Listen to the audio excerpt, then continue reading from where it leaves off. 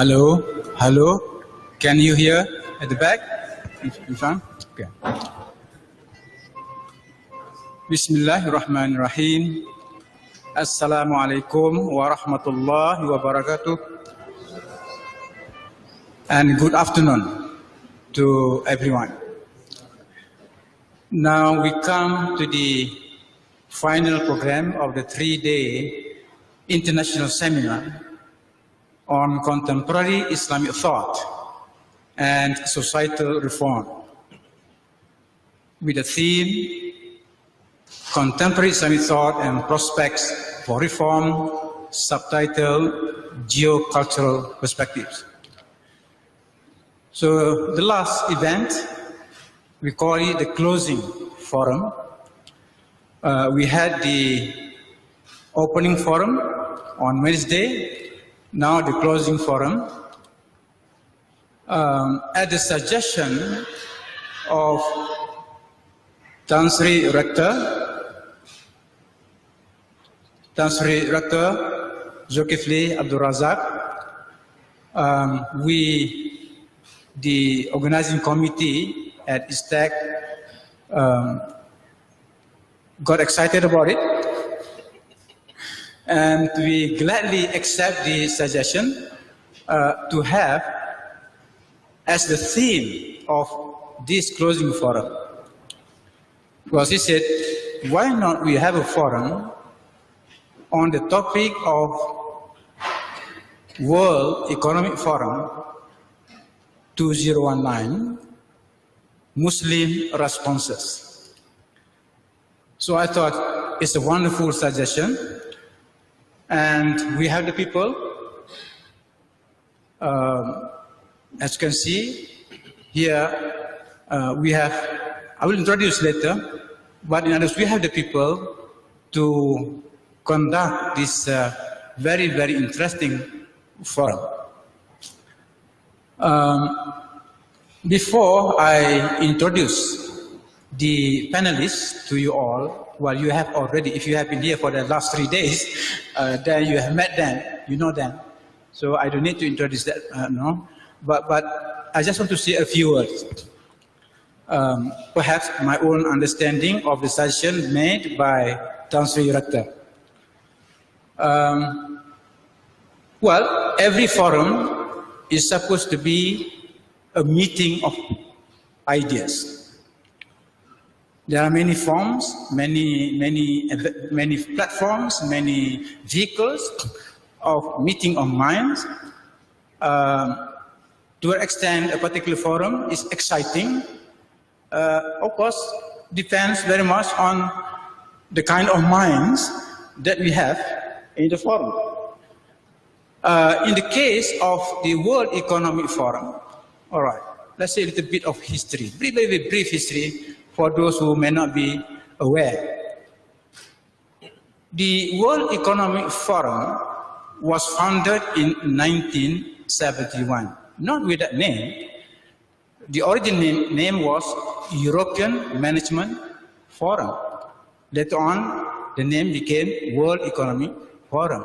What's interesting for us to reflect is that from European growing global, which tells a lot about what was going on. Yeah. The founder still is the chairman, Klaus Schwab, German, educated as engineer, and also economist, and look what kind of empire, you say, ideas empire that he has created. But basically, that is. It claims, okay, in terms of what its intention, its general intention is to create a better world. And to bring in mind that will help shape ideas and the agenda of the world. Speaking on behalf of the entire humanity. But where are we? Yeah. So that's why I thought, okay, wonderful. Never mind, we start first with our responses to what happens recently, because every year we have the World Economic Forum. So but we're going to concentrate on for this year, which recently, as only recently, has transpired, and but later on, already Tan Sri suggested that why we it's not the first and the last. In other words, it's a good idea that this kind of a forum, if it can be done regularly, and of course we'll try to better as we proceed. So, and it's just the background from, you just mentioned 48 years ago and how it has developed. So, never mind. I know, as far as the Ummah is concerned, there is the WIEF, the World Islamic Economic Forum. With due respect to that organization, which has achieved, this is just a humble thing they intend to do. All right, we have young, interesting minds. But my point is, every great forum is basically a meeting of great minds.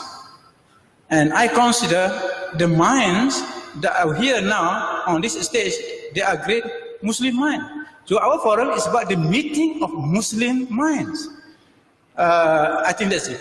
And regardless of our diversity, why not?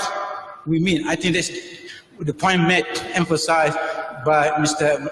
Brother Madasa when he first presented what he's engaged in, is question of how to bring in the Muslim minds who may be at odds with each other with respect to what we need to do for the Ummah. But the point is, we meet and discuss, and that cannot be a loss. That is always something positive about it. So that's just the background. So I think for the topic, the theme tonight, this afternoon is a good one. As I said, there's no need for me to introduce the introduction, but just for the record, I think because it is in ISTAC TV, so I must say something. The initiative is supposed to be moderated by this Asro Awani, but unfortunately due to unavoidable circumstances that can be done, so we just have to settle for ISTAC TV. But be sure, I'm sure the message will go across to many people, inshallah. So we need a little adjustment to the panel.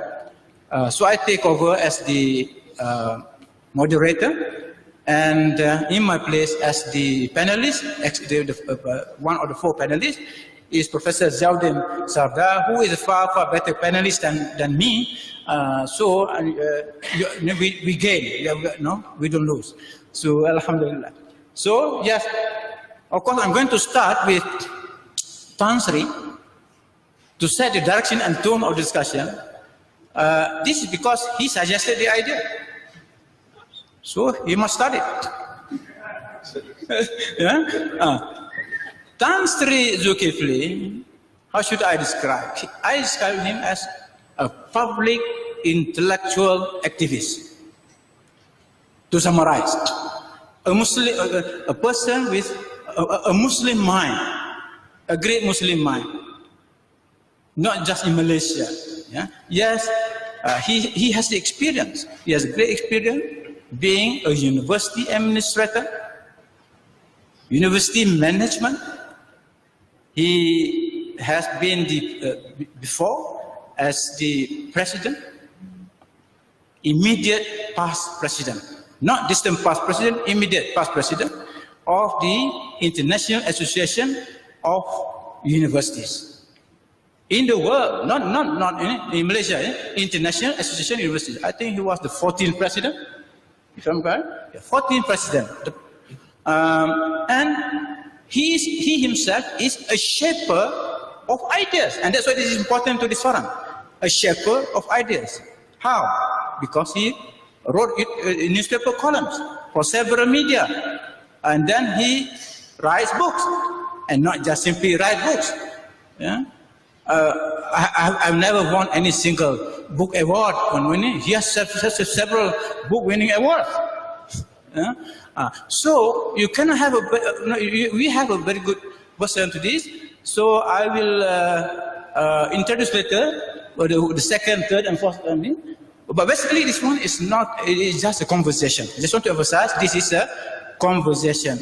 Tan Sri Zul sets the direction and tone, and then we intervene. I will ask moderator. I will also ask questions to them. I'll pick up from what each panelist is saying. I will perhaps I'll pick up on that. Now, I will let you, for example, you can the audience. For the audience, you can send your questions, WhatsApp your question to my number. Okay? You can, while listening to this, Charlie, you want to ask Nick. So I welcome that, because rather than you go and queue on the microphone, please send your question direct to 016 977 8337. Okay? All right. I cannot guarantee that I will, your question, I cannot guarantee that, but because I have to see how things go. Yeah? All right? So, Tan Sri. All right, Tan Zul. No, it's just better here. Yeah. Okay, terima kasih. Assalamualaikum warahmatullahi wabarakatuh, and a very good afternoon. Let me first of all thank Prof. Osman for giving me this opportunity to speak to you, and also would like to apologize for giving this afterthought, and that you need to stay back just because of this to listen to what we have to say. Now, I'm going to speak not as a rector, maybe not now, just to speak as a person who is very concerned about what's happening around us. The little experience that I've got with engagement university around the world, particularly at the International Association of University, where we represent 700 universities from 139 countries around the world, I see very little Islamic voice coming through. Although I am the president for 4 years, but there's very little Islamic voice coming through. We got involved with Davos. There was a first World University Forum also organized in Davos to take on what the WEF is doing, so that we also put education on the world map to be discussed at the global level. Again, the participation of Muslim countries are very nominal, if at all.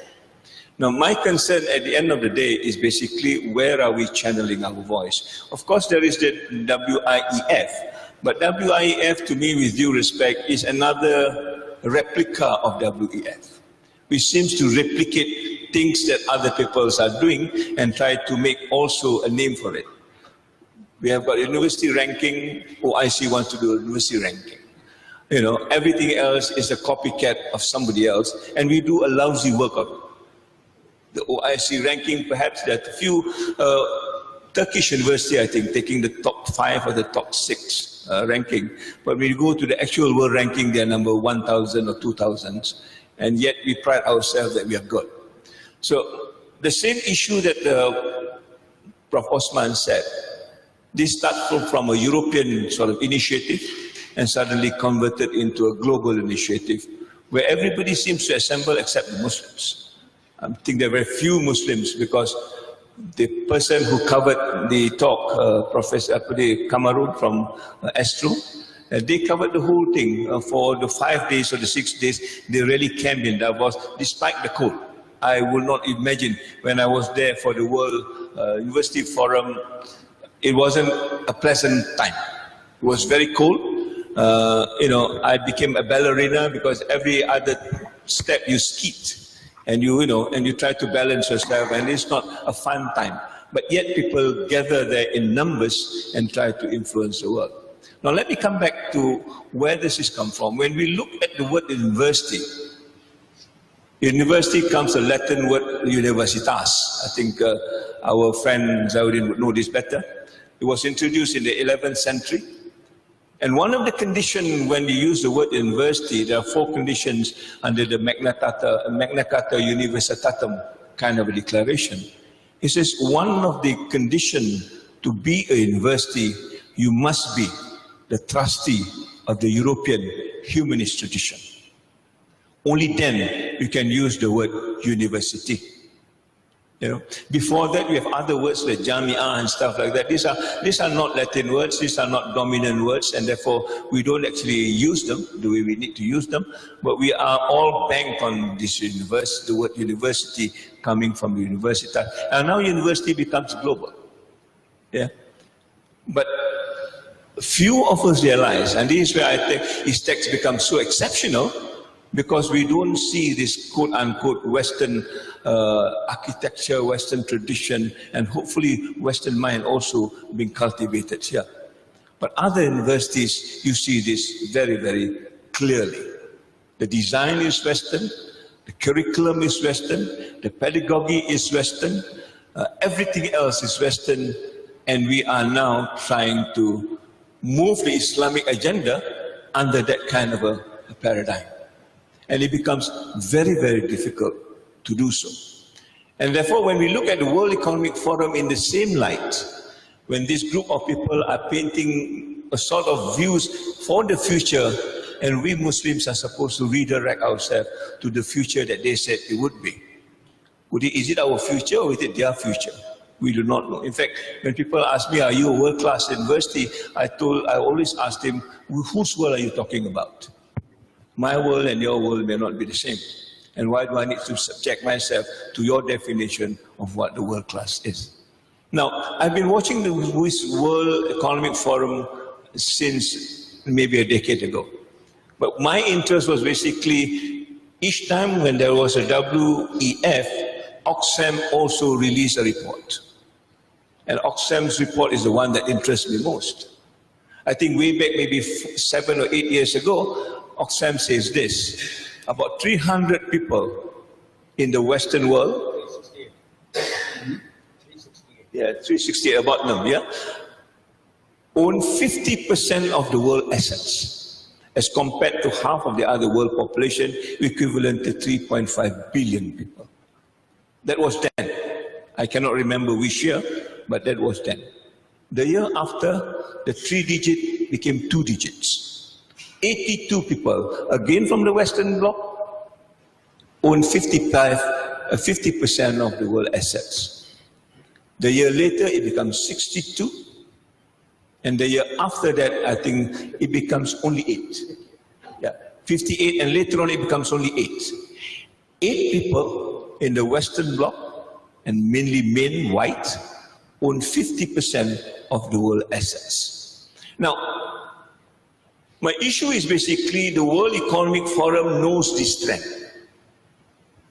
From 3 digits to a single digit. But what do they do to offset this? What do they do to discuss about this? What do they do to talk about closing up the disparity between the haves and the have-nots? They have not done very much.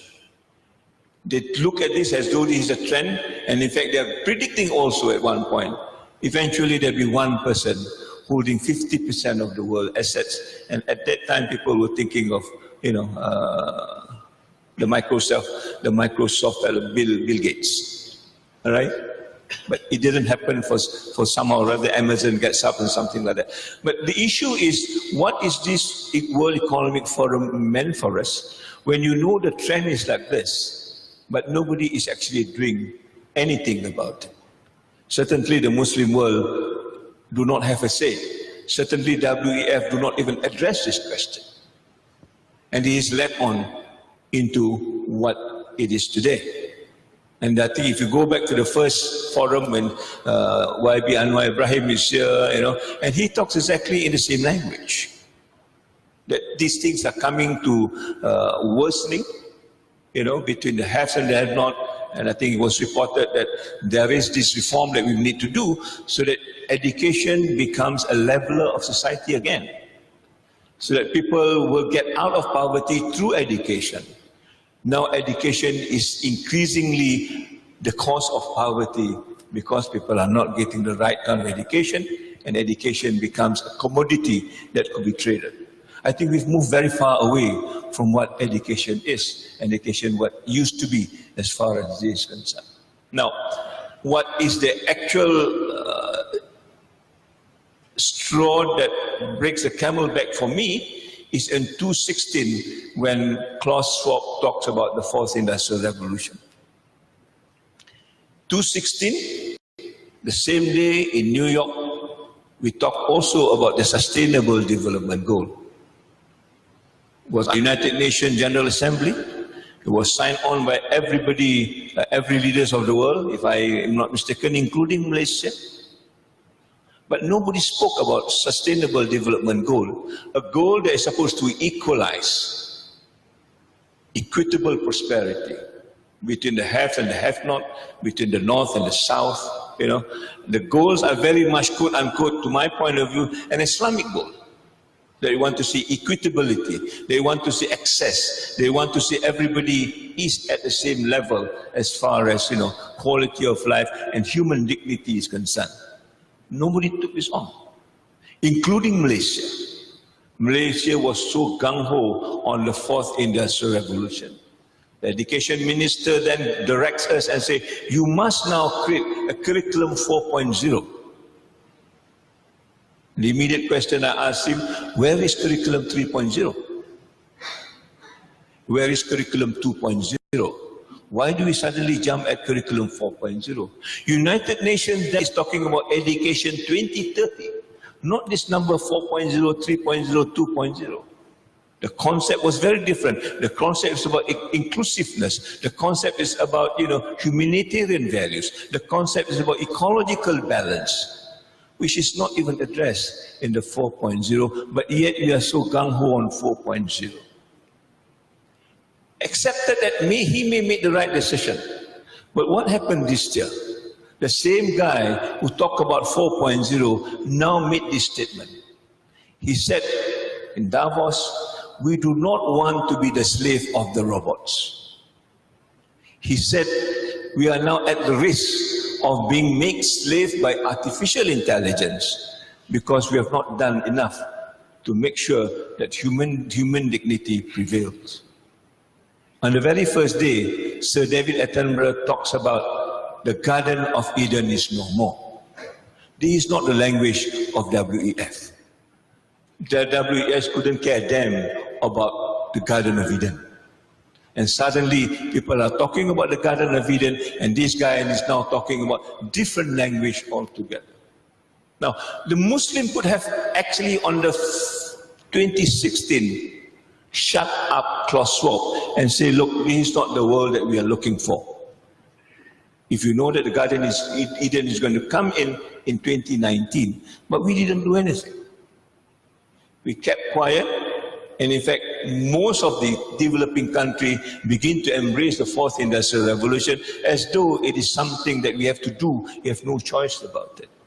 And this is where I thought, when we have this kind of a forum, very close to the World Economic Forum, we must use this forum as a platform to respond to whatever the WEF have to say, so that we can put the bearing straight again, so that we can put the compass where it should be as far as Islamic world is concerned, so that we do not have to apologize to any of these people who said things that do not realign with our thoughts and our worldview.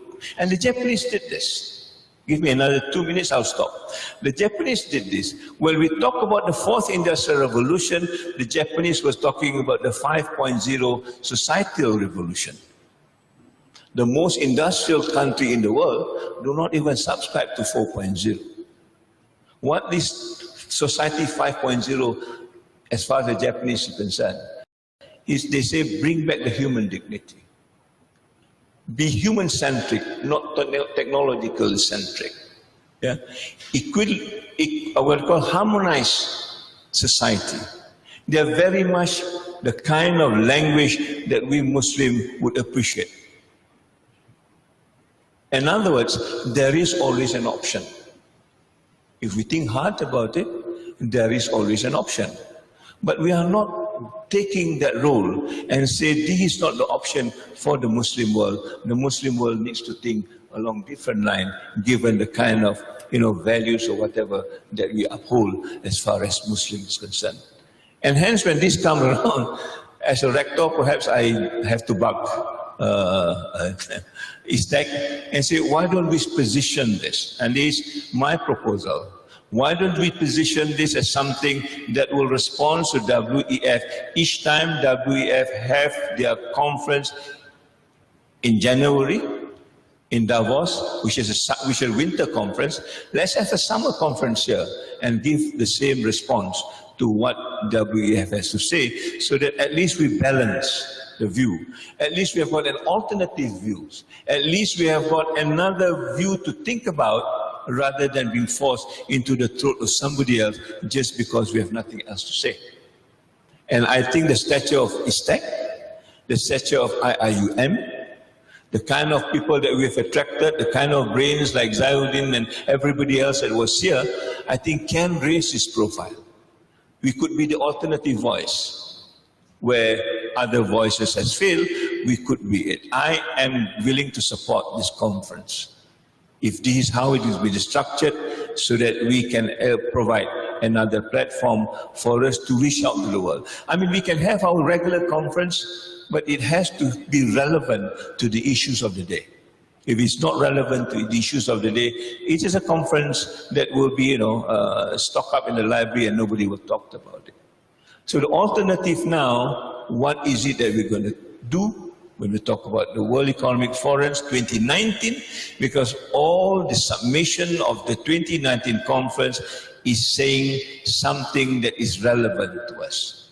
In other words, the human species have been threatened. Not only the human species have been threatened, the whole elements of Aqidah, I think, will be up for question. When you talk about artificial intelligence, the question I ask, what about primordial intelligence, which means the fitrah? We invest so much money to create these robotic animals, but how much money do we invest in developing our own fitrah around the world? Because the fitrah is the one that at the end of the day will shape the algorithm of the AI. If you don't have that, then your AI will be a monster that will hound you at the end of the day. So I think I will stop there, and perhaps I have explained why I think this is an important thing. I hope the panelists will give their minds to what this is all about. Maybe I misinterpreted, but Alhamdulillah, I'm thankful for this forum, and I hope we can come to a consensus at the end of this panel. Thank you very much. Thank you. Thank you, Tan Sri.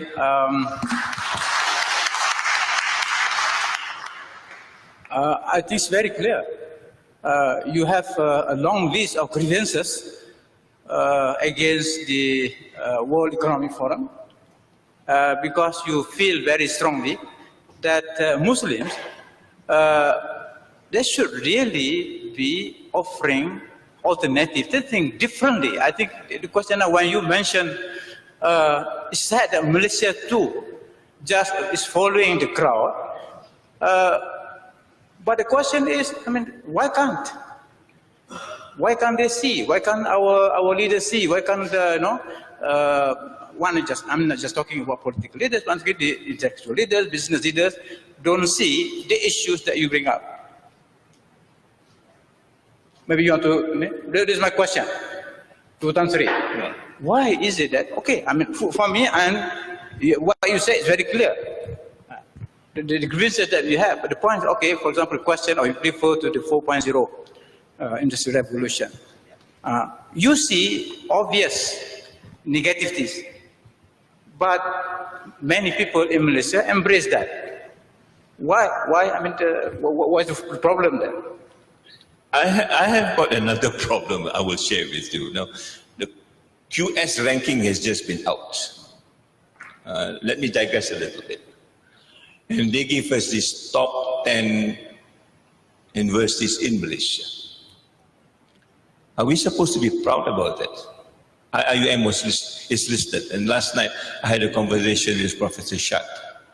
My question to him, can we sue QS for listing IIUM in the top 10 without even consulting us and telling us what it's all about. I've checked with my office, did we submit any information to QS? They said no. Then how come QS listed what is the source of information they got it from?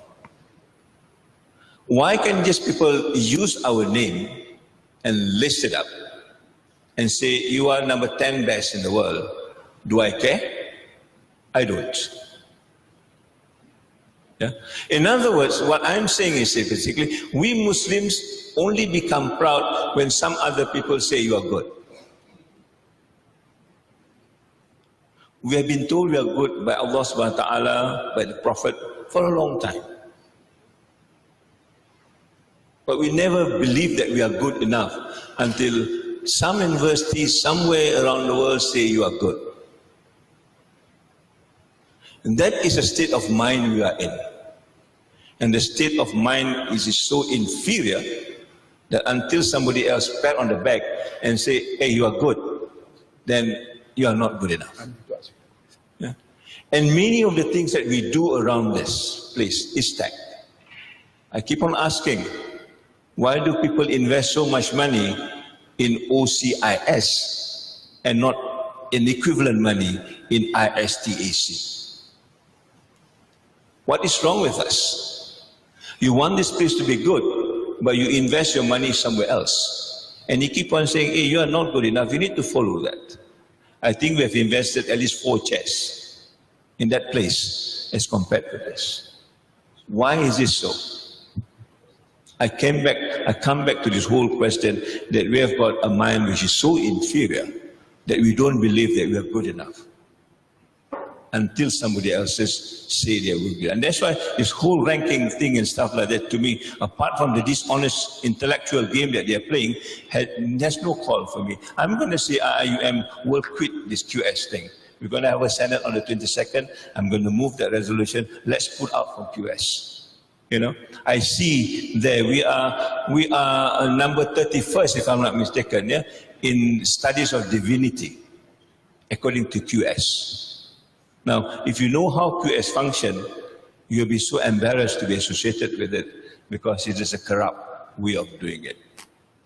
It's very dishonest. And you're talking about divinity studies in a system that is so corrupt, and you take pride on this, and then there's something wrong with us. I mean, that's my maybe oblique way of answering your question. Thank you. Okay, I'll go next to Professor Zaudin.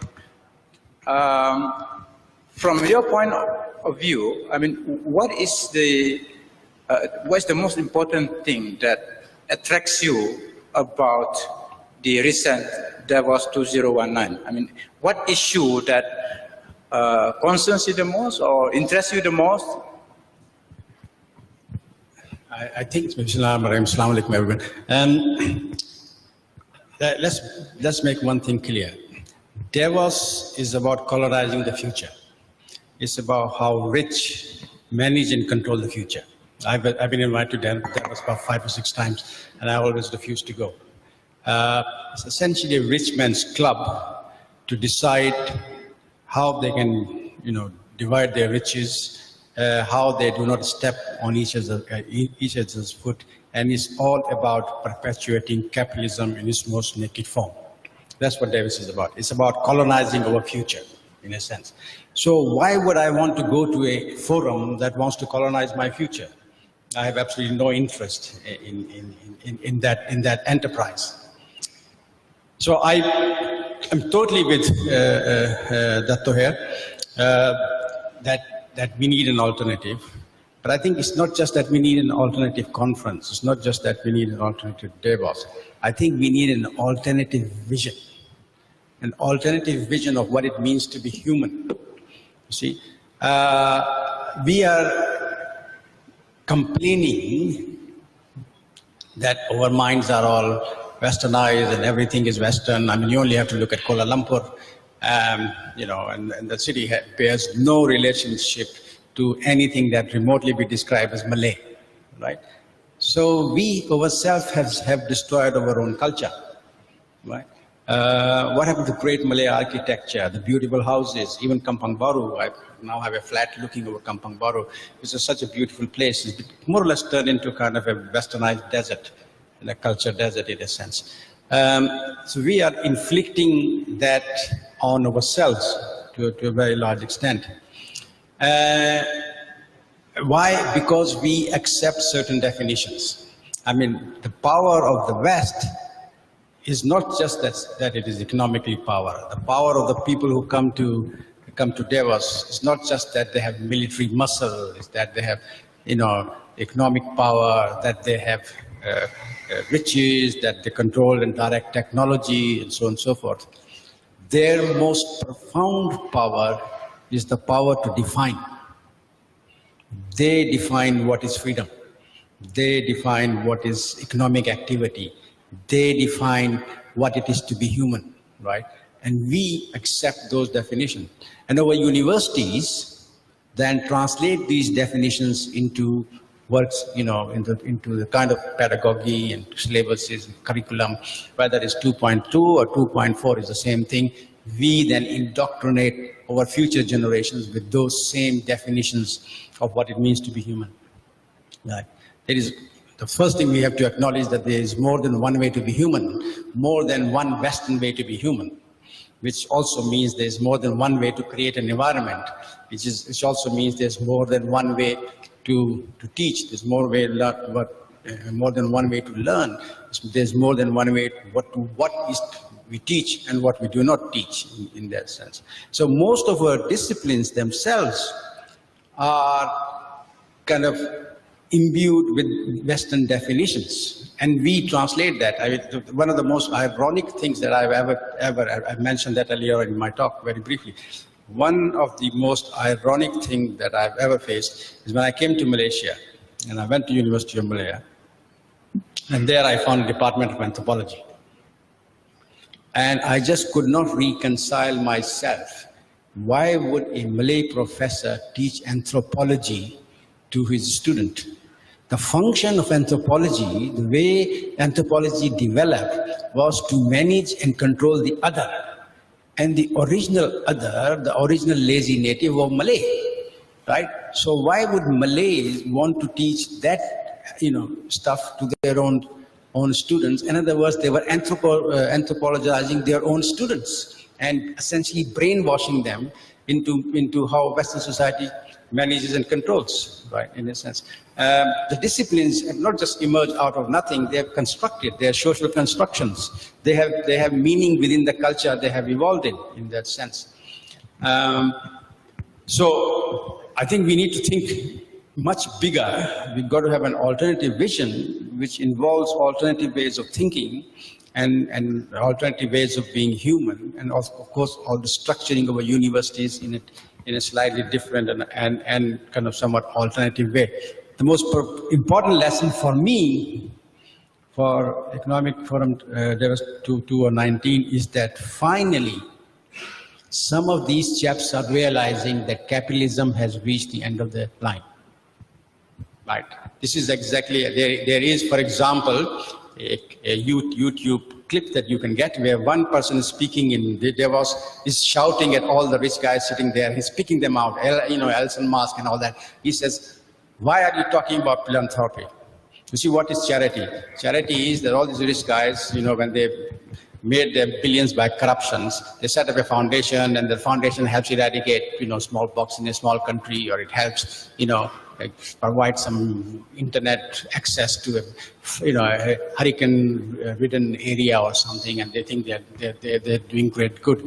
It's so common. First, you send the army, to Iraq to destroy everything, and then you send the humanitarian guys to help the people you have just, victimized and wounded and killed. Right? So, the kind of philanthropy we see is almost exactly the same. And this guy is shouting, it's about tax. You people don't even pay the basic tax. You should be paying 96. He says actually you should be paying 96% tax. And he's pointing and kind of really very, very angry. And the female moderator is trying to stop him, and then she comes in as well, in a sense. The injustice has become so deep that it cannot be sustained. And the part And it's kind of, we now realize that capitalism is essentially, as one of my colleagues described it, it's like a zombie. It's not dead, it can still move, and it needs to consume others to kind of stay in this comatized zombie situation. So the biggest thing that I think, this is why they are started talking about sustainability and all that. Sustainability has been around for 40 years. Why now in 40 years? It's because they realize that the capitalism model they have, a prime paradigm in which they think, they behave, they have constructed their disciplines, which is their vision, the way they colonize the future, that paradigm is breaking down. It cannot be sustained, right? Which gives us an opportunity, right? Unfortunately, it's not going to come from Islamic economics, as I already said. We need to rethink essentially and come up with a really alternative vision of how we sustain society, how we build society, what kind of futures we want. Okay, thank you, Professor Ziyad. I forgot to introduce you just now. Well, I just want to again, I mean, I can say many things about him, but in the context of our forum today, again, I would say we have another Muslim, well-known Muslim shaper of ideas. His pet subject is, of course, the future. This morning, he gave a very good lecture on the future of Muslim reforms. So basically, if you want to know anything, what to think about the future, then he's the man. He's man of the future. Although his mind is about the future. All right, you have talked about the future of many things, future of Muslim civilization and so on. What about the future of Muslim cooperation itself? OIC is Organization of Islamic Cooperation. Looking at things, what is the future of Muslim cooperation? Organizations which have been set up simply do not deliver. What? So many things that we complain, not doing. So, should we form other bodies, other notable, international Muslim platform whereby, it really serves the agenda of the Muslim Ummah, because the complaint now is about agenda. The World Economic Forum claims to be setting the agenda for the whole humanity, but you said basically the agenda for the rich. Yeah? Yes, it's about public and private, but society is not simply comprising public and private as understood by them. What about civil society? Civil society is neither public, in a sense, or private. So I just want to get your view. From me, what is your reflection on the future of Muslim cooperation itself? If you are not satisfied with the present one, what are we doing? What are we going to do? No, it's for you. For you. You are asking me? Yes, I'm asking you. Cooperation. Do you really want to hear the answer? Yes. Okay. No, we want frankness, frankness. Okay. Yeah, it's very interesting. Wherever you look, the Muslims are fighting each other. Right. Shia Sunni in Iraq, Shia Sunni in Pakistan, the ethnic groups in Pakistan, the whole Middle East is in fire. And of course, we always blame the West. So if you go to Pakistan, if there's explosion, the first thing they will say is the Indian intelligence or is some Western agent. It's never our people, it's never us, in a sense. And what is the actual cause of all this kind of internecine violence and lack of cooperation? It's just one thing, and I think you mentioned it: Aqidah. It's Aqidah. When I was in Saudi Arabia, for 5 years, I worked at the Hajj Research Center, and occasionally I went to some classes. All they wanted to teach you is you must have a perfect Aqidah. And what is the perfect Aqidah? Is this the Aqidah defined by them? Right? As though there was only one possible interpretation of the Quran.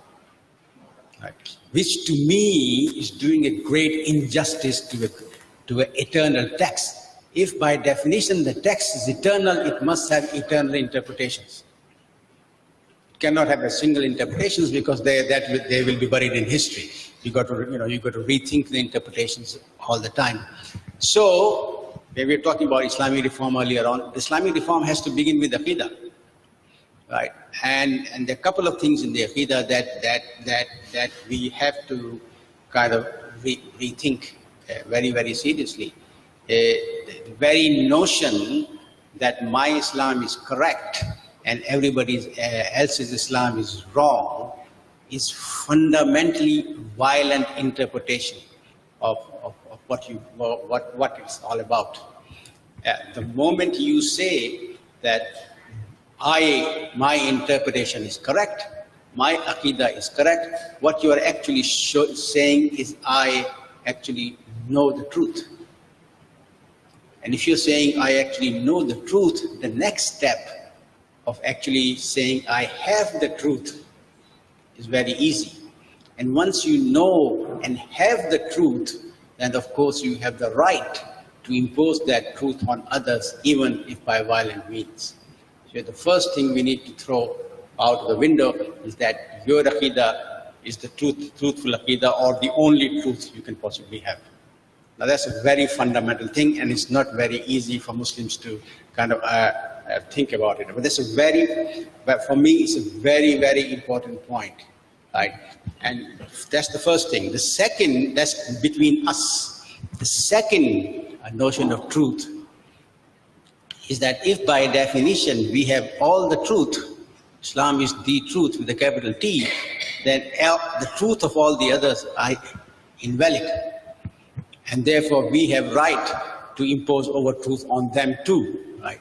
And a lot of these dawah stuff is, you go about doing dawah, you're inviting them to what you think are the truth. I mean, not so long ago, a few Tablighi Jamaat people came to my house about a couple of years ago. They knocked on the door, right? And I looked at them, opened the door, Assalamu alaikum, wa alaikum salam, how are you?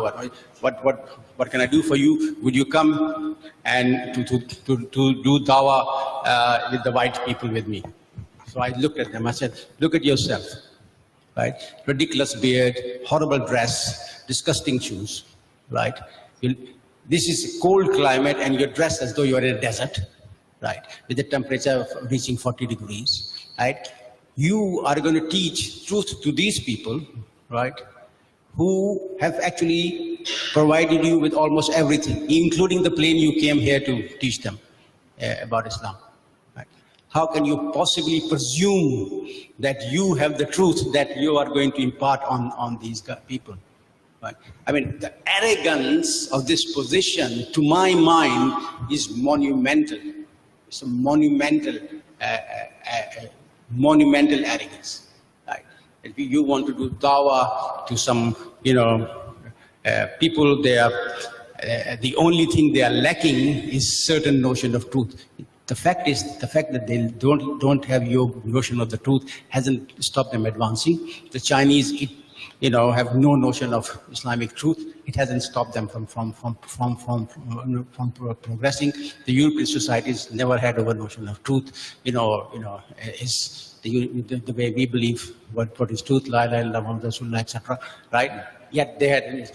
We are the only people who have the truth, and look at our position, which is absolutely abysmal, as described earlier on. And I can even give you some other really horrible statistics about the Muslim situation today. So the believing that we have the monopoly on truth both makes us morally arrogant and practically ignorant, pragmatically ignorant.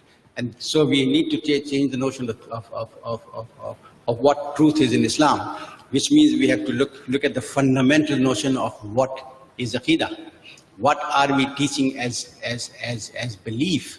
And unless we can do that, unless we can recognize the simple fact that being a Shia is simply another kind of Muslim, or being a Ismaili is different, being another kind of Muslim, or being Sufi is another kind of Muslim. And I would even go ahead and say even Ahmadi as being another kind of Muslim. That all these varieties of Muslims have some notion of truth. None of them has absolute truth in any way. Only God has absolute truth. They have taken something from the Quran and they've learned something from it. They have some understanding of the truth, right? None of them, including Sunnis, have any notion, any perfect notion of the truth. And that's a very major step forward in Aqidah. And that's very fundamental. That essentially saying something like that sends terrors into certain Muslim minds and hearts, right? But that's the terror that we have to confront ourselves. Otherwise, we will not stop, the genocide we are seeing between. So if that's the one of the issues, this is just the main issue I'm arguing, and we have to begin with the fundamental issue of truth. Yeah. Right. So which means that one of the issues that Muslims should talk to each other, basically. Because all the time, we have different groups claiming, having different perspectives on truth. But this one question. Anyway, thank you for that. Now, Mudassar. Mudassar, he is a shepherd of ideas. He's an organizer, entrepreneur. Basically, he likes to bring people together. People of diverse opinion, never mind whatever opinions you have. But the point is, come and talk and discuss on the issues on which we have contentions. All right. As for you, what is it about World Economic Forum 2019 that catches your attention in terms of its relevance or irrelevance to the Muslims worldwide? Assalamu alaikum, everyone. Thank you for the opportunity to share my thoughts here. I was listening with great interest to the earlier remarks, and quite a few thoughts were going through my mind. But I think I begin by saying that we give groups of people power, and then we allow them often in our lives to be able to dictate agendas and feel that they're influencing us in ways sometimes they may not want to. And I think that I've had a relationship with the World Economic Forum, which I'll come to later, and I know the organization quite well. But I think what I find really interesting is that they themselves are acutely aware of how quickly they're losing relevance. I'm not saying they're becoming irrelevant, but how quickly they're losing relevance. If you look at the populist changes sweeping the West at the moment, on the left particularly and on the right, these people this year had an unprecedented number of articles and op-eds and opinions saying that these guys are irrelevant. And in fact, there was I don't know if you guys saw that there was a video that went viral. I can't remember who it was, but one of the panelists there, while he was talking about green issues on a panel, pointed out the number of corporate jets that are, it was the historian. So these... The same guy who went on to say about tax. Yeah, basically. So with the rise of social media now, and also the unleashing of interesting and creative ideas in the West, primarily, what you're finding that this creation of the West is becoming a little bit irrelevant. Now, I'm using the West quite intently here, because looking at the history of the World Economic Forum, the reason it became a strong institution is because there were some things that existed in the West that enabled it to do that. And therefore the response to that is really undermining it is also coming from the West. So what here in the Islamic world can we learn from that? And I believe there's a couple of things there. One is that we have to create strong institutions. We create institutions, then we undermine them, then we try to rebuild them, but we never create longevity in institutions in the way the World Economic Forum is an institution. The World Economic Forum, the history of it, actually Charles Schwab is a very, very remarkable, Klaus Schwab, is a very remarkable man. And you have to admire what he did. He started with very few people, actually, in Geneva, and he's German, and the way he built it up, and that he never took, his policy was never to take sponsorship from a single state, ever. So he was not reliant on political interference. He took money from so many different sources. Now companies are begging to give him money. This is the power of being institutionally independent. not reliant on any political agenda, which leads to short-term thinking, short-term. So here in the Islamic world, when we talk about WIF, we talk about all these other organizations, and I should declare my interest. I'm actually an advisor to the OIC Secretary General as well. I'm acutely aware of the institutions in the Islamic world and the level to which they operate. I think we need to think about how we can compete. Now, the other point that I want to make related to this, and this is when I was giving my lecture the other day, I mentioned on, is that fundamentally my approach, or the approach that I think works, is it seems to me that there are people in the Islamic world that feel, for want of a better word, somewhat disrespected by what the World Economic Forum and other institutions are putting out. We feel like our ideas are not being taken seriously.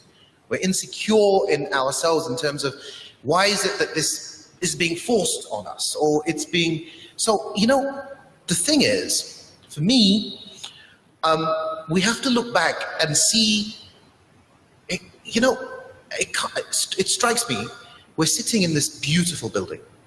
It is a beautiful, it is remarkable. And I was meeting some friends from KL here who didn't know this existed. But the thing about this beautiful building is that some people will come here and say it's European. Others will say it's Islamic. The truth is that things like this were inspired by an architecture that came when two civilizations respected one another, worked together, and found ways to collaborate. And then you started creating beautiful things. So for me, when we look at, I don't think it's a them versus us paradigm.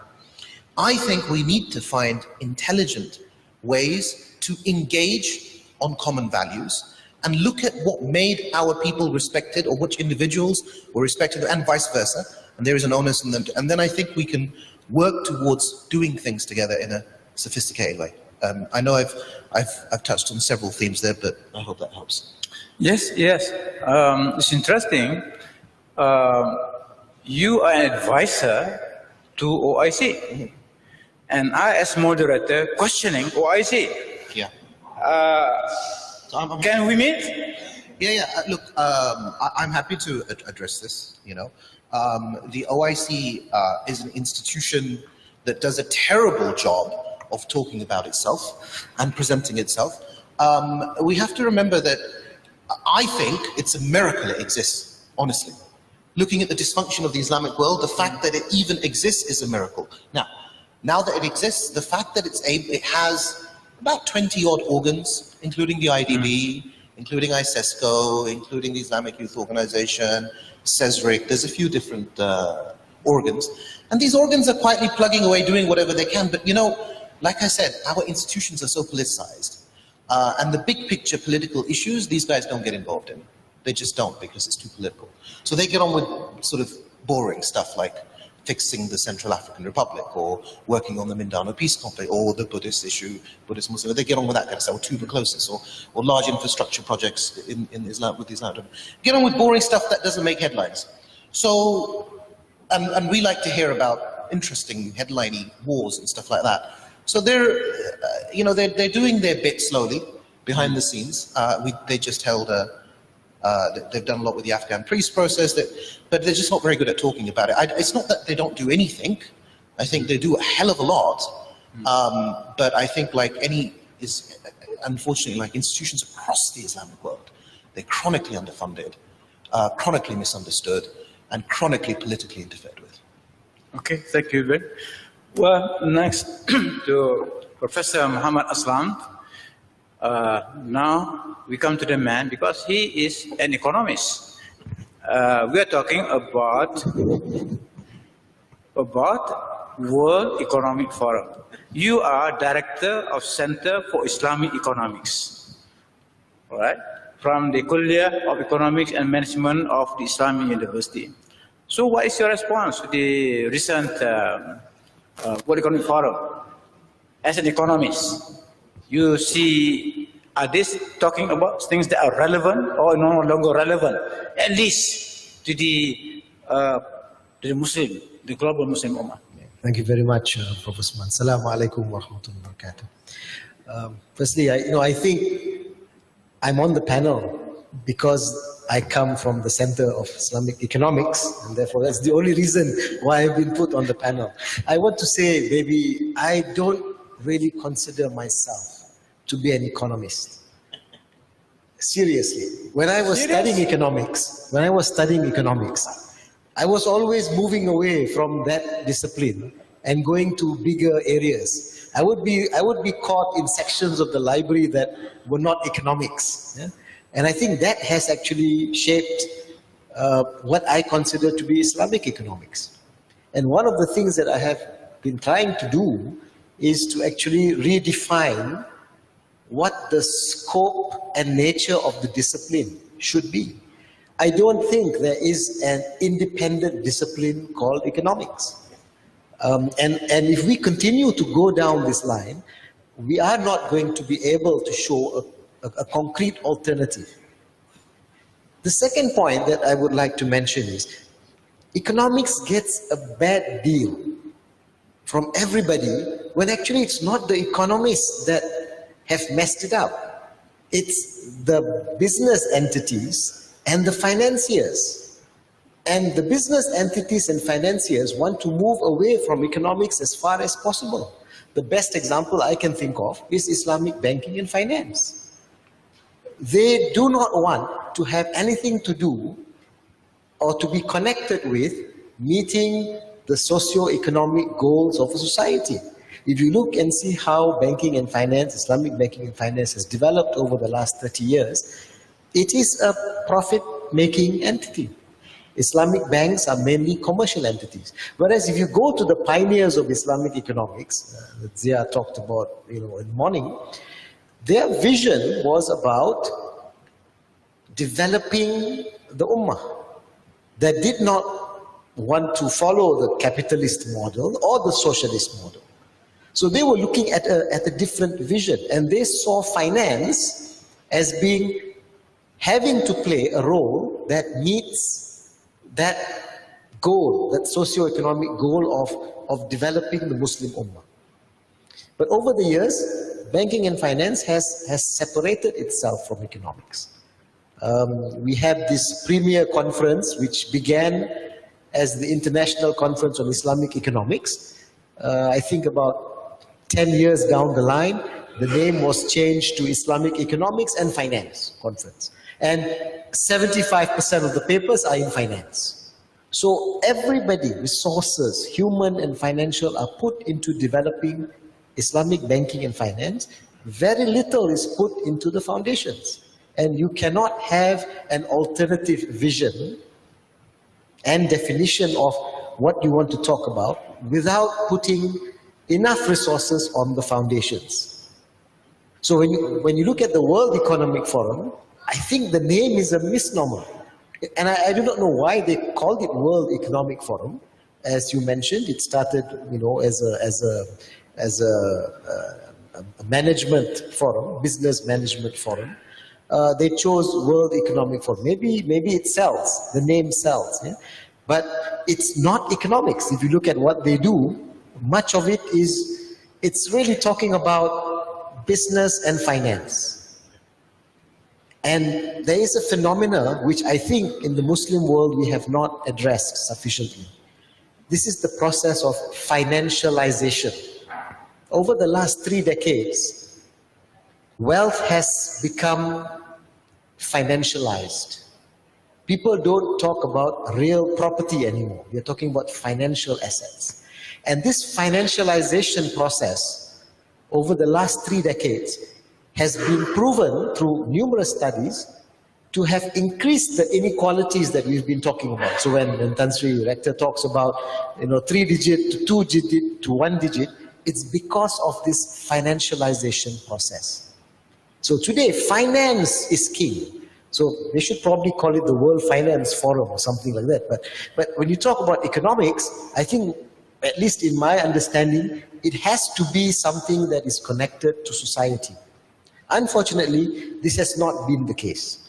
Right? So maybe just a little bit about the World Islamic Economic Forum. I attended the first meeting that was held in KL, maybe 10, 12 years ago.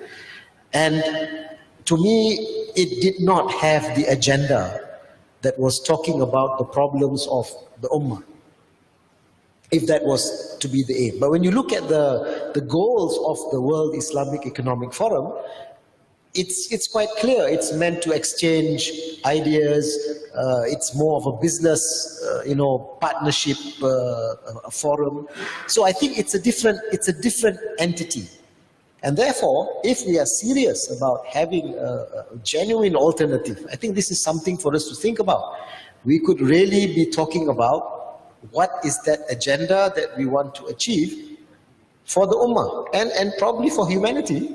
The only challenge will be, and maybe this somebody else will have to answer, how do we get our message across? Who listens to Muslims?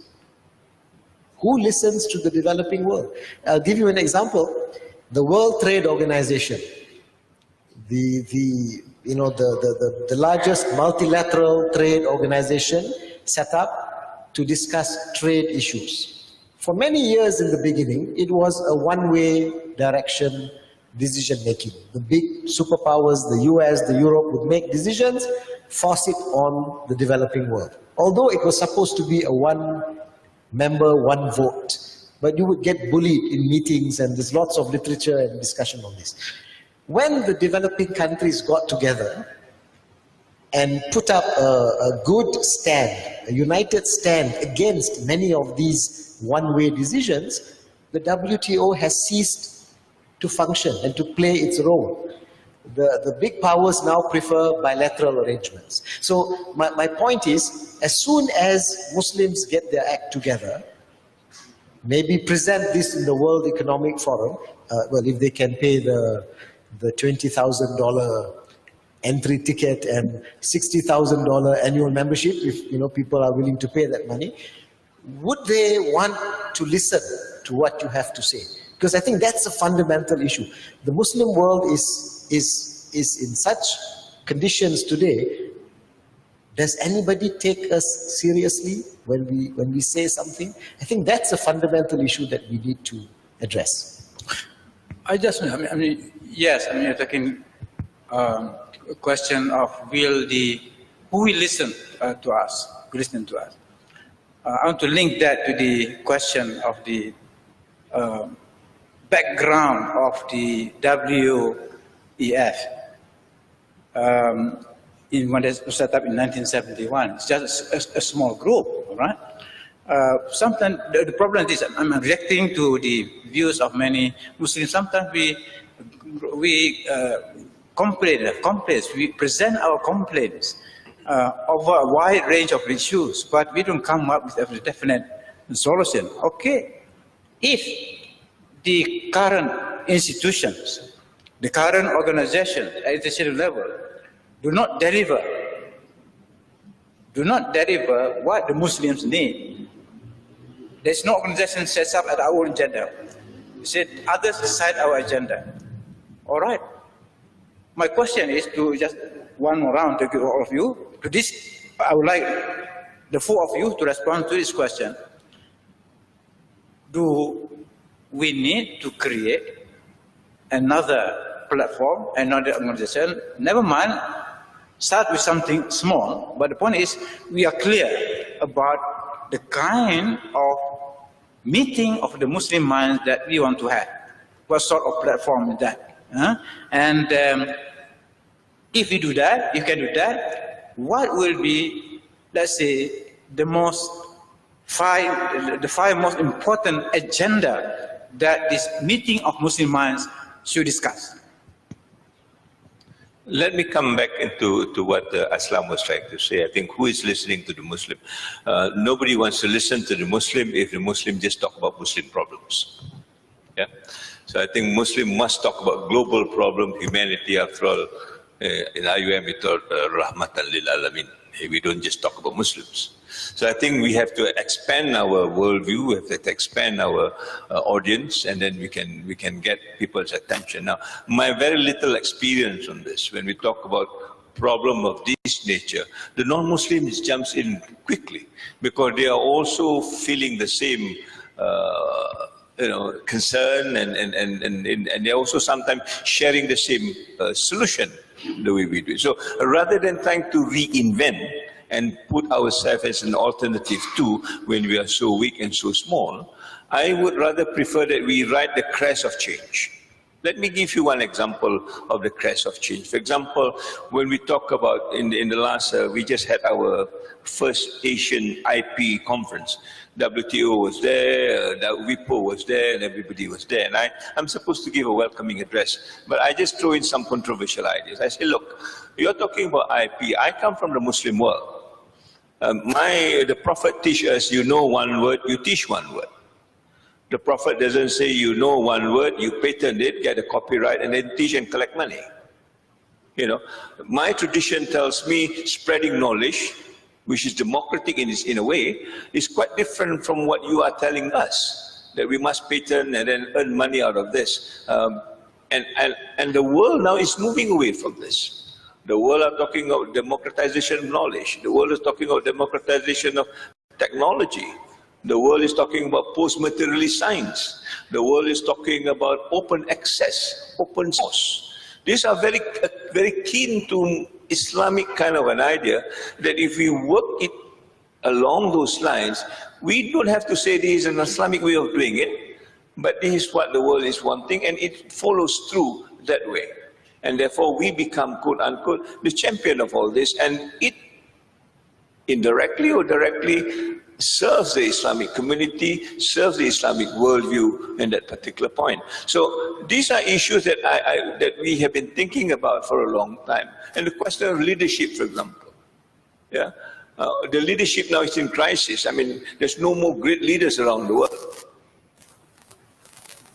But when we look at the concept of leadership alone, you begin to see, even in the Malay, even in the Malay culture, we talk about leadership as pemimpin. What is pemimpin? Pemimpin is holding hand and walking together. A concept is very different from leadership that somebody is stuck right in front and then we follow him or her wherever she goes. In our context, it's holding hand together. There is no one single person up front, but we do it in a consultative way. Participatory, the more fakat or whatever that we've been talking about all along. Now the concept of leadership are coming back to that. They're talking about all this servant-led leadership or whatever it is, but it's a basis of what we had, and we need now just to introduce it. Since all this leadership model has failed, what about this one? And coming back to, for example, the book written by Good to Great by Jim Collins, he talks about the highest level of leadership is about humility. It's not about thumping your chest. It's not telling I'm the best in the world.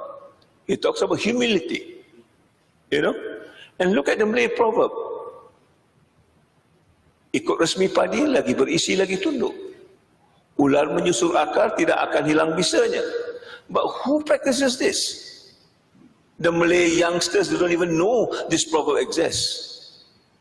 Everybody wants to do what Trump does. You are fired, and therefore you're the best leader because you exert your kind of, arrogance.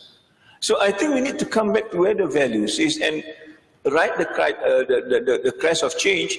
I think we will be there. We don't have to announce this as an Islamic way of doing it, but just another alternative way of doing it, given the continuity of things, given the quantity of change. And I think we will be there sooner than we think. I'm not too sure. Okay, thank you very much. I think the first thing we should agree on, that there should be a conference next year this time, as Datto has agreed, and we should have a consensus on that before he changes his mind, right? That there should be a conference on these issues next year and the year after next, every February after Davos. Yes. You said that, I'm taking your words. We confirm that and agreed. Thank you. Okay, fine. That's the first thing. That's the first thing. But the two reasons. First of all, we lack institutions, and as Mudassir said, those institutions we have are chronically under-subsidized or suffering from manpower shortage, and they suffer from every chronic problem you can imagine, right? That's the first thing. The second thing is there are not very many of them. So the more institutions we have, the better, and the greater chance that some of them will succeed. So let's start a new institutions, and we actually need that institution. Who listens to the Muslims? Well, let us begin with the fact that the Muslims should listen to each other first. If we cannot even listen to each other, how can we possibly expect others to listen to us, right? And when we speak, as Tansiri has pointed out so well, we speak a language that the rest of the world does not understand. You know, immediately we are on dawa and taqwa and ibadah and who cares when you're facing climate change and there are bigger challenges, the rise of robots, artificial intelligence. Who cares about these things which are only kind of, is your taqwa as good as mine? Can measure your iman with the imanometer to see how good a Muslim you are? That kind of nonsense that we perpetually talk about has no relevance to the rest of the world. So why should the rest of the world listen to us? We speak a very strange language, right? We think that if we put Islamic in front of that glass, suddenly this glass becomes halal, right? I mean, why is this obsession of putting Islamic, probably the most abused adjective in any language, well, probably all language of the world put together, around everything, right? Why can't we just do things and let our Islam come out from our actions, from our thoughts, right? The way we behave, the way we think, the way we argue, the way we organize society. That should speak our Islam. Not that we stand up and beat our chest and Allahu Akbar, we are Muslims and everybody else is a kafir. So I think that's the thing. So what should this conference do, right, when it comes? I think the first thing it should do is not talk a language that is irrelevant to the world. That's the first thing. It has to talk the language of the issues that we face today, right? Climate change, the collapse of capitalism, the breakdown of the European Union, how America's basically become like a wounded tiger and is slashing out because it's in deep and irreversible decline. We should talk about, how long the Western civilization has to survive. We should talk about social justice. We should talk about inequality. Why is that only a handful of people control most of the world wealth? These are the issues that concern the world. But these are also the issues that should concern us because they have a direct impact on us. Climate change is not going to come and ask you, you're a good Muslim or you're a bad Muslim, or you're a Malay or a Mamiputra, right? It will affect you equally wherever you are, in that sense. So it's an issue for us. Issues of justice, injustice and social justice are issues for us, in a sense. So that's the first thing. You should talk about contemporary relevant issues and not issues that have no relevance to humanity. We have now, one of the points I was making about truth is that we feel disconnected from humanity, right? Because I say La ilaha illallah Muhammad Rasulullah, therefore I have the truth, right? Somehow I have, the Quran was revealed to the Prophet, right? It is, so therefore everybody else is inferior morally to us in some truth, some connection to the truth. So we have a very arrogant view of the rest of the humanity, and therefore we don't really see ourselves as part of that humanity. The truth is we are interlinked with everybody else. We are interdependent on everybody else, right? I think it's Adnan Ibrahim who said, a Chinese child is my child, a Malay child is my child, an Indian child is my child. This only applies to Malaysia. I mean, what happens, in America, in a riot affects us directly. It is also our riot in many respects. A major nuclear power plant collapses in Japan. That's our issue. It's going to affect us. It's not just an issue for Japan, right? We have to think in a broader global way. Some of these problems are at home. They're going to affect us as well. They're our problem as well as humanity's problem. And humanity's problems are also our problems because we are part of humanity. That's the other thing. And finally, I think it has to concentrate on integration of knowledge. I think you made a very good point. You see, the thing is that the Western linear way of thought has kind of demarcated disciplines into watertight compartments. For example, when I was doing my physics in City University, I thought of doing a postgraduate in physics, and there were two departments. One at one end called physical chemistry, and another at the other end called chemical physics. So I went to chemical physics department, talked to them, and they both hated each other. They fought for fun, never. So I went there, and I thought, oh, that's okay, that's physics. Then I went there and looked at them. I thought, they're doing exactly the same thing as the other guys. That's physics too. And then I stepped back and realized that neither of them were doing physics or chemistry. They were doing abstract mathematics. So if I really want to do abstract mathematics, then I will go to either of these departments. Yet they were fighting each other for funding and were kind of sworn enemies of each other. This is what has happened. The sociologists don't talk to the religious studies people, the economists don't, and the world has become complex and interconnected.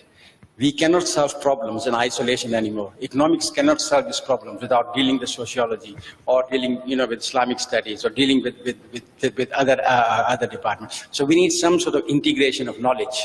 And I think here, just a little advertisement for IIIT. There is a book that we produced called From Islamization of Knowledge to Integration of Knowledge that kind of presents that argument in a contemporary, sophisticated way. That's worth reading. So I think that has to be the main agendas. Now that we've established the conference will take place, I think we should move down to thinking about the agenda and how to organize it. Thank you. Thank you, Professor Zawdin. Yeah, during the opening forum, Dr. Sri Anwar referred to specialization, barbarism.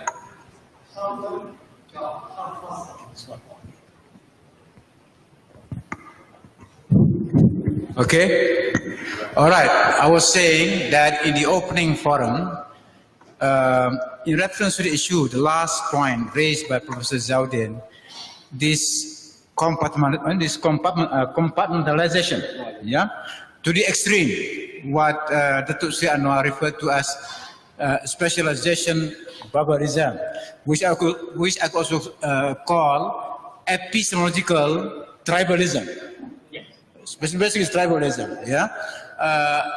And this concerns us in the universities because I think it's important, especially we Muslims, having the Muslim perspective, Muslim epistemology, the unity of knowledge. In other words, the interrelatedness for all disciplines. I think that is the spirit that should guide us. We are in a position to do better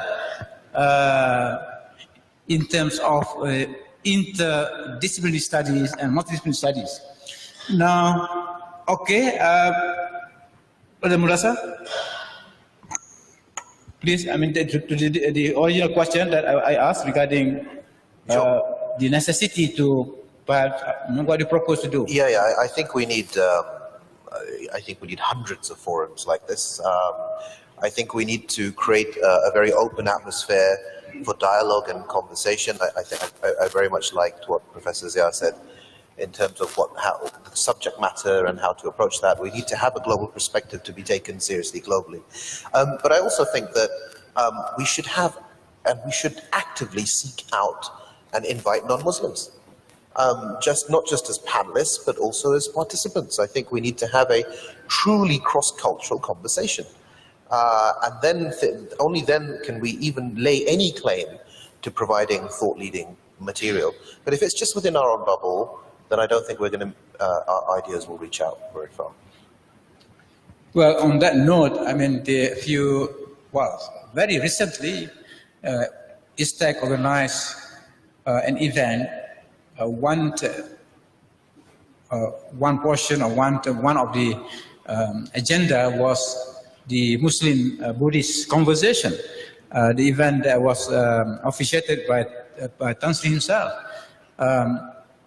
In other words, we are very much concerned about these intercultural relationships, and we will take up on that. Bro. Thank you, Prof. I think generally, what are those areas that we need to have? I would agree. They have to be issues that are current, that address some actual problems.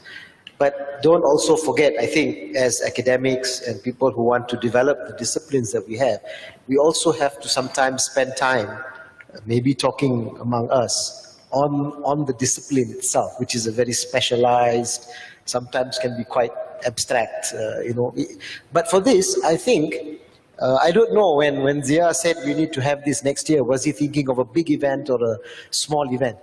We may have a big event once in a while, but I think what needs to be done more are the smaller, meaningful meetings. The days of big conferences, I think sometimes they don't give the output for money. We spend a lot of money on big conferences, and sometimes the output doesn't seem to be, worth the money spent. So I would think that yes, we need to have many more forums, all over the world. But instead of only thinking big, which sometimes in the Muslim world we always like to do big things and spend lots of money, we should think about the smaller discussions, symposiums, meetings, which could actually be a better way to develop what we want to say, this alternative that we want to present. Because sometimes if you just go out there, and you try to bring non-Muslims in without the proper base from where you are speaking, it could also be a problem. So I think we need to spend a lot of time among ourselves in smaller groups, working on the details, on the body of our knowledge or disciplines, which could be new disciplines, not the existing ones. And then, yes, by all means, next year we look forward to the conference. Brother Mudassar wants to comment on your. I think it might be useful for me to share the example of something that we've done in the UK, Europe, and North America, and that we're planning to do in the Islamic world in Oman later this year. So I started an organization 10 years ago called the Concordia Forum, which grew from a very small group of people to becoming a very influential network of Muslims in Europe and North America. And our model is not a conference, it's an unconference, right? So we're a retreat. So we have 3 days, and in those 3 days we have it carefully structured so that by the end of those 3 days, you come across feeling that A, you're part of a community, and B, that you have built trust, and C, that you have collaborated with people. So we have 1 day of team building, 1 day of very strenuous debate. In fact, we organize it around the style of Oxford debates. So I don't know if you know Mehdi Hassan, he moderates it for us in his style. And he's been doing that for the past 8 years for us, right? In his style. So we'll have like literally votes on issues, right? And so we debate contemporary issues affecting Muslims in the West. And then the third thing we do is then this is interesting. Then we have a very un-Jamaat-like approach to collaboration. And I think this is the key. It's not prescriptive. There's no organization or Amir or someone saying, no, we just simply bring people together. After we built trust with them, after they've yelled at each other privately and got all this aggression out of their system, then actually you find that after spending 2 or 3 days together, they're very, very open to helping each other. So we've had some incredible success stories, from buying companies to building whole mosques to buying large media companies in the West to giving millions in charitable donations to funding arts programs. We sold £150,000 worth of art alone at the last retreat. We showcase artists. We have world-class entertainment. We had a bespoke theatre production. So when you bring people together and don't tell them what to do, smart people will figure out how to actually push the agendas that matter. And that's what we do at the Concordia Forum. And now we're going to bring our model to the Islamic world. So using the convening power of, I suppose, Western Islamic institution, we're hoping to launch a Concordia Forum style retreat that brings Turkish businessmen together with Pakistani journalists, together with Malaysian university professors, together with Moroccan artists in Oman later on this year. And we hope to do that annually as something that happens in the Islamic world. So maybe that's one way of doing things, and that might grow to something, but it's very much a retreat model based on building trust, and trust is the key, I believe, to everything. Thank you. Thank you. There's no hand. There's two questions. No. She's raising his hand. I said, while the panelists were speaking, I received a number of questions But then I don't think I want to mention all these questions and asking you to comment. For example, questions asking about questions of jurisprudence and fiqh to Zawdin Sardar. Whoever asked that, I don't deal with it. Plenty of people here who can deal with it. Yeah, some theological questions, you know. But this one I thought is nice. This one. Actually, I know this person, and he's not a Muslim. He's here in the hall. He's formerly working with the Commonwealth, the Commonwealth Secretariat in London. Now he said this: the world insurance and pension and sovereign wealth funds have more than 90 trillion USD, of which only 1% is invested in infrastructure projects, mainly in developing countries, instead of helping poor countries. A lot of these funds belong to Islamic countries. 96 or 90 trillion USD. I don't know if it's true or not, but this is what he said. So how can we change this? And if can, which platform or vehicles that we can use? Is it IDB, OIC, or ISTAC? I think the last one. 20% of the 90. 10% of the 90. You have to answer this. Sorry? What kind of professor of economics you are if you don't profess Islamic economics? The professors must profess something. That is the person. The gentleman was the conscience, you know. I say he's not Muslim. But he has been attending this program for the last 3 days. Sorry, I'm H.K. Yong. I was a student of Prof before, and Prof over there at the back. But 10 years ago, when I was doing a postgraduate diploma in Islamic studies, I specialized on P2p or infrastructure development financing. The 90 trillion US dollar is actually sitting in the funds of the sovereign wealth fund, the insurance company pension funds. And only 1% of this is invested in infrastructure, but mainly in developed countries, not developing countries. And many of the OIC members are developing countries or very poor countries, or we call it LIC. Those are countries that are really poor. And if you look at what China is trying to do now with the Belt and Road Initiative, and if you go back in time to the golden age of Islam, it's all about connectivity. And infrastructure is one of the best ways of being a base to connect people. And thereafter, you can add tambah, various things that you really want. So if you really want to be effective in using this fund, which most of them belong, a lot of them belongs to Islamic countries, and a lot of them are invested in bricks and mortar in America and Europe, rather in poorer Islamic countries. And then if you really want to use this fund to move, you can look at the 3 aspects. You can look at social, economic, and very importantly, the spiritual aspect development of the people. So if you really want a good starting reference point, maybe as Tan Sri said, look at SDG, Sustainable Development Goals. I think the framework is quite there. You choose and pick, but you got to start small. So my question, when I put it to the panelists, is that which vehicle is the best, or which platform is the best to start off? Okay, thank you, Mr. Young. Anybody want to? This one, huh? Yeah. I'm not going to be able to answer that, but just some ideas here. I think one very important point.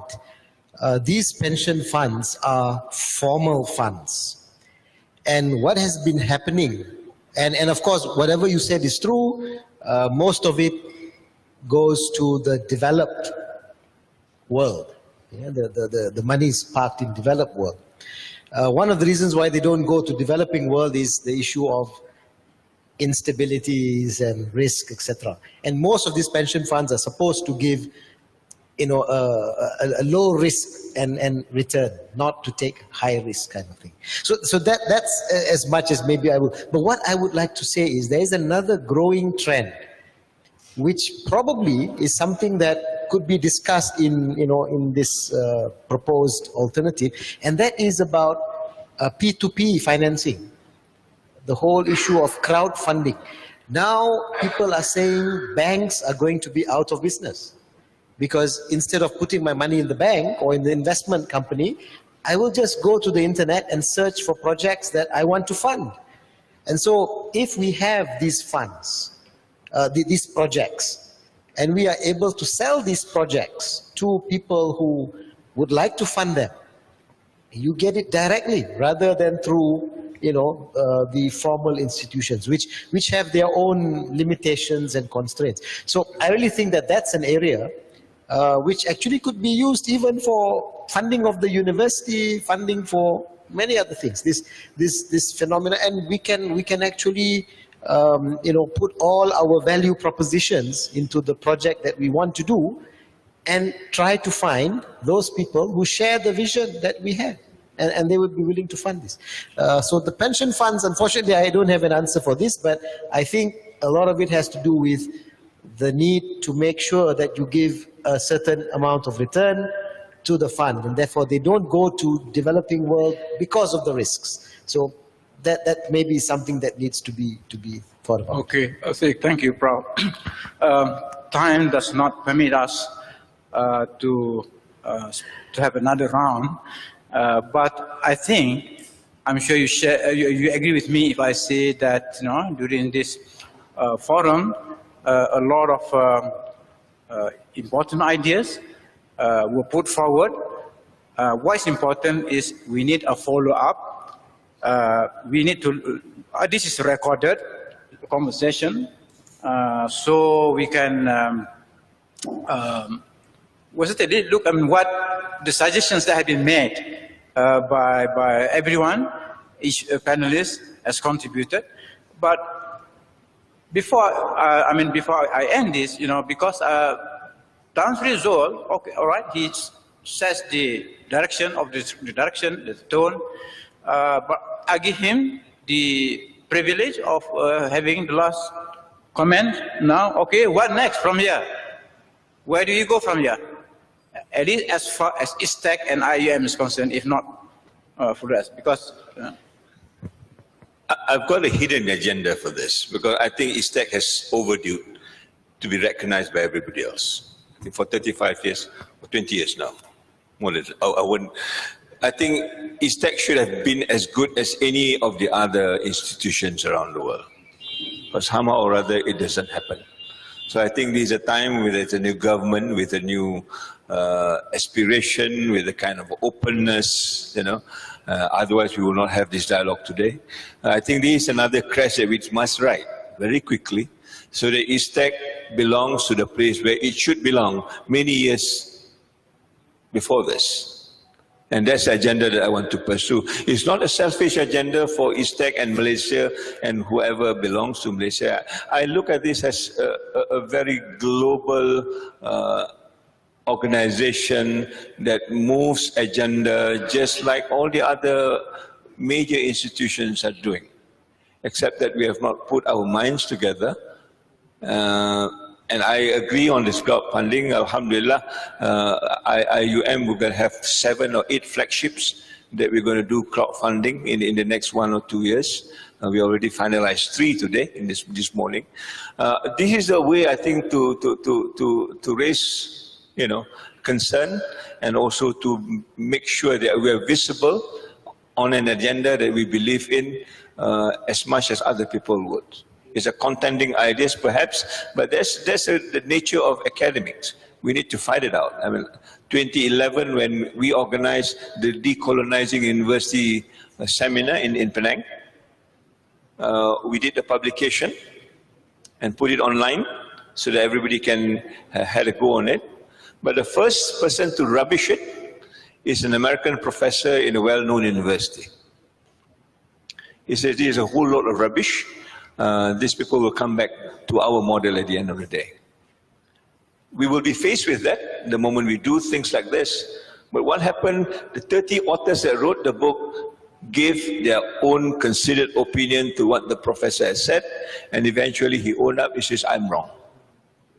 So this battle is not going to be an easy one, but it has to be done if we want to actually bring another voice of reason in the world that is ailing. I mean, Zawuddin has said it many times in his book.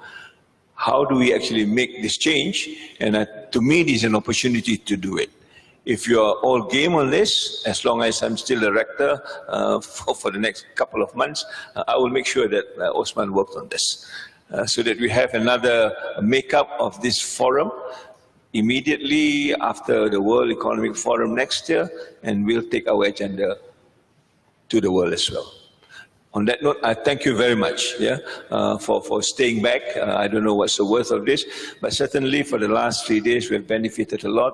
And I'd like to thank all of you from the bottom of my heart for staying here and sharing your thoughts and also concern. And I hope this will come up to something that all of us can be proud of at the end of the day. Terima kasih. Assalamualaikum warahmatullahi wabarakatuh. I would like to share with you a very good news, a God-sent good news. Even before we take the first step to implement what we are talking about, this 23rd of this month, 20th of February, a Saturday, the Honorable Prime Minister, Yang Amat Berhormat Perdana Menteri, will come to this hall to launch, to officiate a very important event. The name of the event is Standing with the Yemenis people.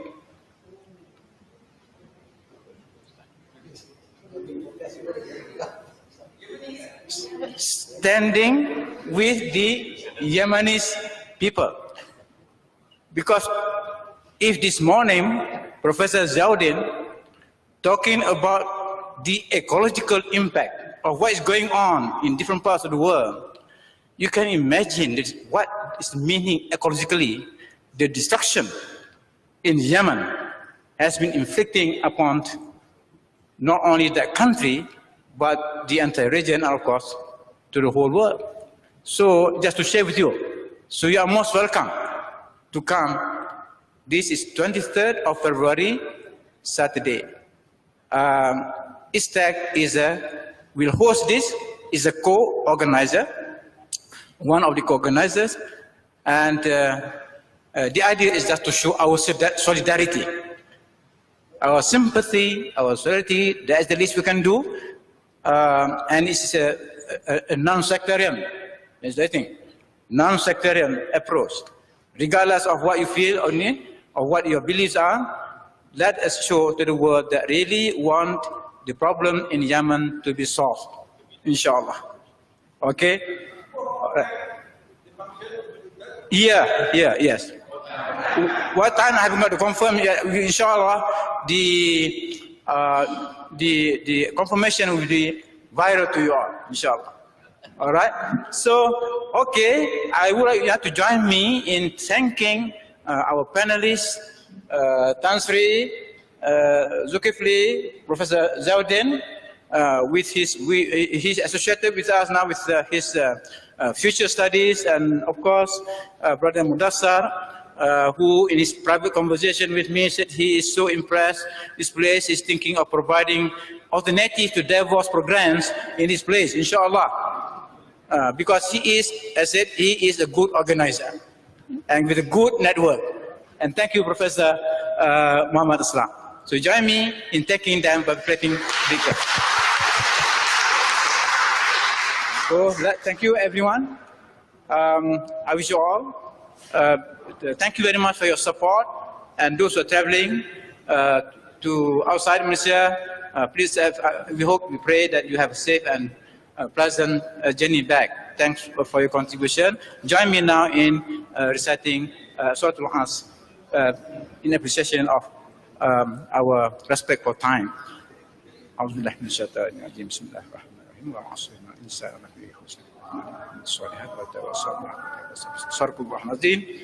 Thank you very much.